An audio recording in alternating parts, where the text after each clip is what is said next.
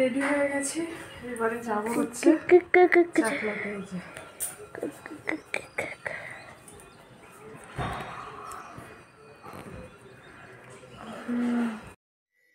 নমস্কার, আমি জয়িতা, ব্লগার জয়িতা চ্যানেলের একটি নতুন ব্লগে স্বাগত জানাই সবাইকে। কেমন আছেন সবাই? যে যেখানেই থাকবেন ভালো থাকবেন। চললাম অনেক দূরের সফরে। এই যে সব টোটো নিয়ে নিয়েছি, সকালবেলা রেডি হয়ে নিয়েছি। আর সেই দিনকার না খুব বৃষ্টি ছিল, রাস্তাঘাট ভীষণ বৃষ্টি ভেজা। আর আপনাদের তো আগের ভিডিওতে বলেছি যে আমরা একটু বেড়াতে গিয়েছিলাম, হাজব্যান্ডের ছোটোবেলার বন্ধু, তার বাড়িতে বেড়াতে গিয়েছিলাম। তো সেখান থেকে আমরা গেলাম চাকলা। এবারে ওদের বাড়ি থেকে চাকলাটা অনেক কাছে, সেই জন্যই আমাদের ঠিক হলো চাকলা যাওয়া হবে, লোকনাথ বাবার ধাম, সেখানে আমরা যাব। কিন্তু এমনই অবস্থা, সেদিন ভীষণ বৃষ্টির দিন, খুব মানে সারাদিন ধরে বৃষ্টি হচ্ছিল।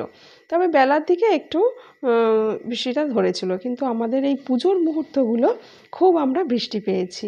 চাকলা ধাম হলো লোকনাথ বাবার জন্মস্থান। তবে এই নিয়ে কিন্তু একটা বিতর্ক আছে, সেটা হলো কচুয়া ধামে লোকনাথ বাবা জন্ম নিয়েছিলেন না চাকলা ধামে জন্ম নিয়েছিলেন, এই নিয়ে বহু বিতর্ক আছে, কিন্তু তার সমাধান আজ পর্যন্তও পাওয়া যায়নি। তবে হ্যাঁ, আদালতে কিন্তু এই ব্যাপারটা উঠেছিল, কিন্তু সেখান থেকে রায় দেওয়া হয়েছিল কচুয়া ধামই, চাকলা ধাম কিন্তু রায় দেওয়া হয়নি। তো যাই হোক, তবুও মানুষের মনে একটা মানে সন্দেহ, তর্ক বিতর্ক রয়েই গেছে। তো আমাদের সেই নিয়ে কাজ নেই, আমরা ঠাকুরের কাছে এসেছি, ঠাকুরের কাছে ভক্তি ভরে পুজো করব, তাকে মানি, সে তিনি কচুয়াতেই থাক আর চাকলাতেই থাক, সব জায়গাতেই আমরা তাকে মানি, মেনে চলবো, তাই না? আর বৃষ্টি জানি তো আমাদের কিছুতেই পেছন ছাড়ছে না, সকাল থেকে প্রচণ্ড বৃষ্টি দেখুন পড়েই চলেছে। এবার ছাতা মাথায় নিয়ে আমাদের পুজো দিতে যেতে হচ্ছে, এমন একটা অবস্থা। তবে একদম মন্দিরে প্রবেশ করে গেলে তখন তো আর বৃষ্টি নেই, তবে তার আগের মুহূর্ত আমাদের ভীষণ একটু অসুবিধেই হয়েছে বৃষ্টির জন্য। এই যে এটা হচ্ছে নাটভূমি, এখানে লোকনাথ বাবার বিভিন্ন ভক্তরা এখানে থাকেন, পুজো দেন। এখানে অনেক থাম আছে, সেই থামের মধ্যে বিভিন্ন দেবদেবীর ছবি দেওয়া রয়েছে। আর তার পাশে যে মন্দিরটা, ছোট করে একটা মন্দির আছে, মানে ওই নাটধামের থেকে তুলনায় একটু ছোট, কিন্তু ওটিও বড়।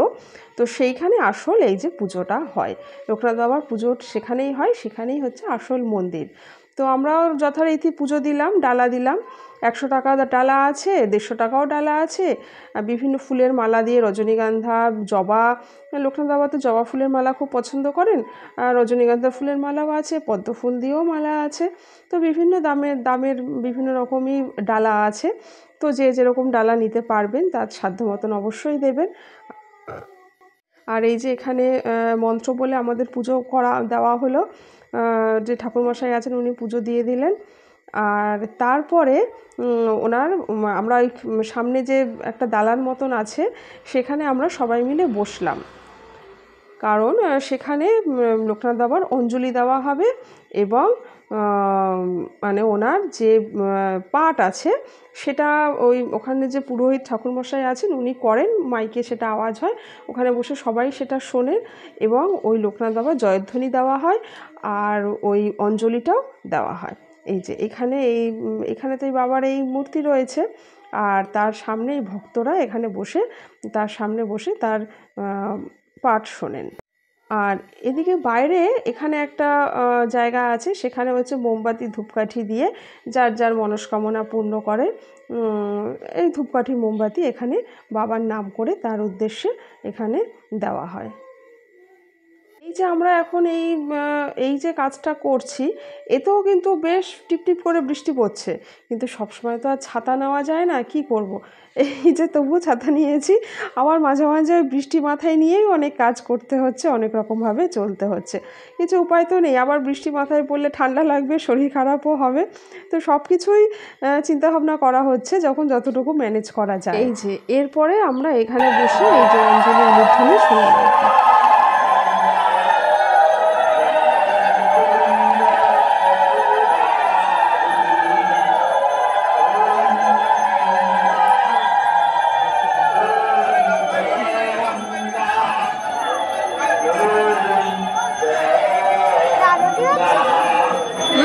আরতি হচ্ছে, পুজো হচ্ছে।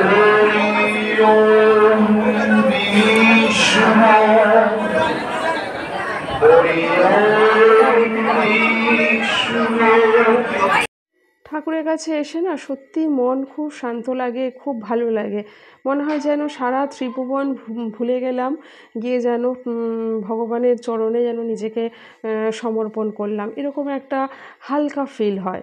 কিন্তু বাস্তব জীবনের সংসারে তো আর আমাদের উপায় নেই, সংসার তোমাকে টেনে আনবেই, সংসার তোমাকে সেখানে তার কর্মনিয়তি তোমাকে করতেই হবে।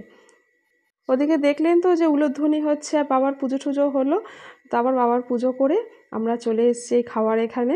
খিচুড়ি ভোগও দেওয়া হলো, ওদিকে পোলাও আলুর দমও দেওয়া হলো। খিচুড়ি ভোগের সঙ্গেও তরকারি ছিল, তার সঙ্গে চাটনি পাঁপড় সবই ছিল। এটা হচ্ছে রাজভোগ।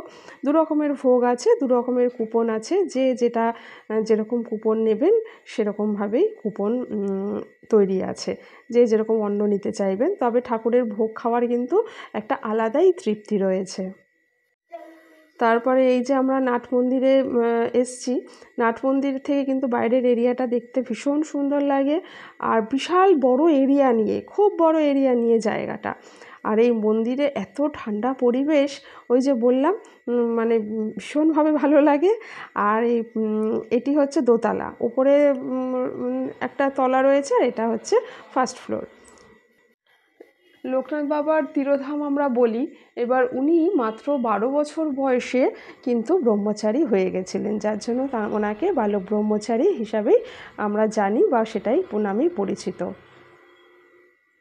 আর একটা কথা আপনাদের বলে রাখি, এই যে ষাঁড় দেখছেন, এই কথিত আছে কিন্তু, মানে এটা লোক সমাজে প্রচার আছে যে এই ষাঁড়ের কানে কানে গিয়ে যদি আপনার মনস্কামনা বলেন, তাহলে কিন্তু সেটা পূর্ণ হয়, এরকম কিন্তু কথা আছে। এবারে আমি বলছি না যে সবারই হবে বা হতেই হবে, এমন কিন্তু নয়। তবে যার যার মনের বিশ্বাস, কথায় আছে বিশ্বাসে মিলায় বস্তু তর্কে বহুদূর। তো যে যার বিশ্বাসেই এই কাজটি করবেন, এখানে কোনো মানে নিশ্চয়তা নেই। তারপরে তো মন্দির চত্বরটা আমরা একটু ঘুরে ঘুরে দেখলাম চারিদিকে। তো মানে সেদিন যেহেতু ওয়েদারটা একটু ভালো ছিল, ওই জন্য আমাদের একটু ঘুরে ফিরে দেখতে খুব সুবিধা হয়েছে। আর এই যে দোতলা ওপরে আছে, এইবারে চলুন একটু দোতলায় গিয়ে ঘুরে আসি, তাই না? ওপরটাও একটু দেখে আসি, চলুন।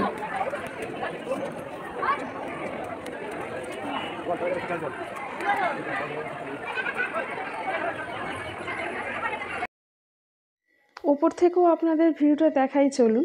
কারণ ওপর থেকেও কেমন দেখতে লাগে না। এই যে চলে এসেছি দোতলায়, আর দোতলা থেকে দেখুন বাইরেটা কি সুন্দর অপূর্ব লাগছে। আজকে কিন্তু বেশ ভিড় হয়েছিল, শনিবার ছিল সেই দিন। শনি মঙ্গলবার ওনার বড় আরতি হয়, বড় করে পুজো হয়। তো ওই দিন খুব বড় দিন আর কি, এই দুটো দিন। তো আমরা ঘটনাচক্রে শনিবারই গিয়ে পৌঁছেছিলাম।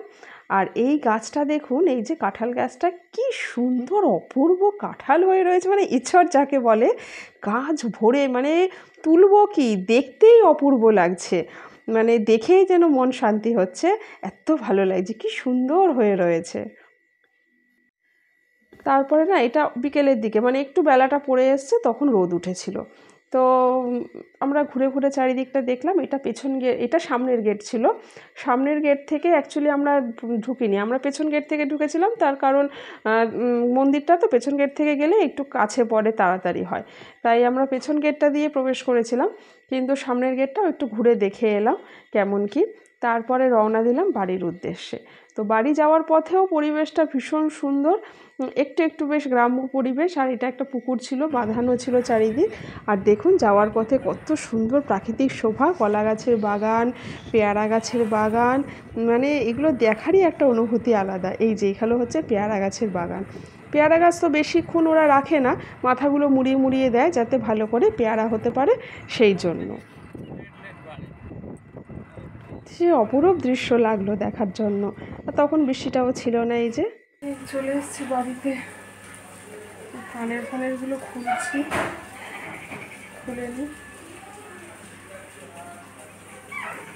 এখানে একটা লেবু গাছ আছে, দেখা যাচ্ছে না, ব্যাক ক্যামেরায় দেখাচ্ছি, লেবু গাছ আছে। আর এই যে লেবু গাছটা দেখুন, এটা হচ্ছে বাতাবি লেবু গাছ, গাছ ভরে ফল হয়েছে, এটাও দেখতে অপূর্ব লাগছে। যখন বড় বড় হবে ফলগুলো তখন আরও বেশি ভালো লাগবে। যে যেখান থেকেই দেখছেন সবাইকে রিকোয়েস্ট করব, প্লিজ চ্যানেলটি সাবস্ক্রাইব করে আমার পাশে থাকবেন, আমাকে একটু সাপোর্ট করবেন এই কঠিন জার্নিতে এগিয়ে যেতে। আর যদি এতটুকু একটু কিছু ভালো লাগে তাহলে একটু লাইক দিয়ে দেবেন। আর হ্যাঁ, ভিডিওগুলো একটু শেয়ার করবেন প্লিজ, তাহলে না আমার এই কঠিন জার্নিতে একটু সাহায্য হবে। আর বেল বাটনটা প্রেস করবেন কিন্তু অবশ্যই। তাহলে আজকের মতন আসি, আবারও দেখা হবে নেক্সট ভিডিওতে। সবাই ভালো থাকবেন।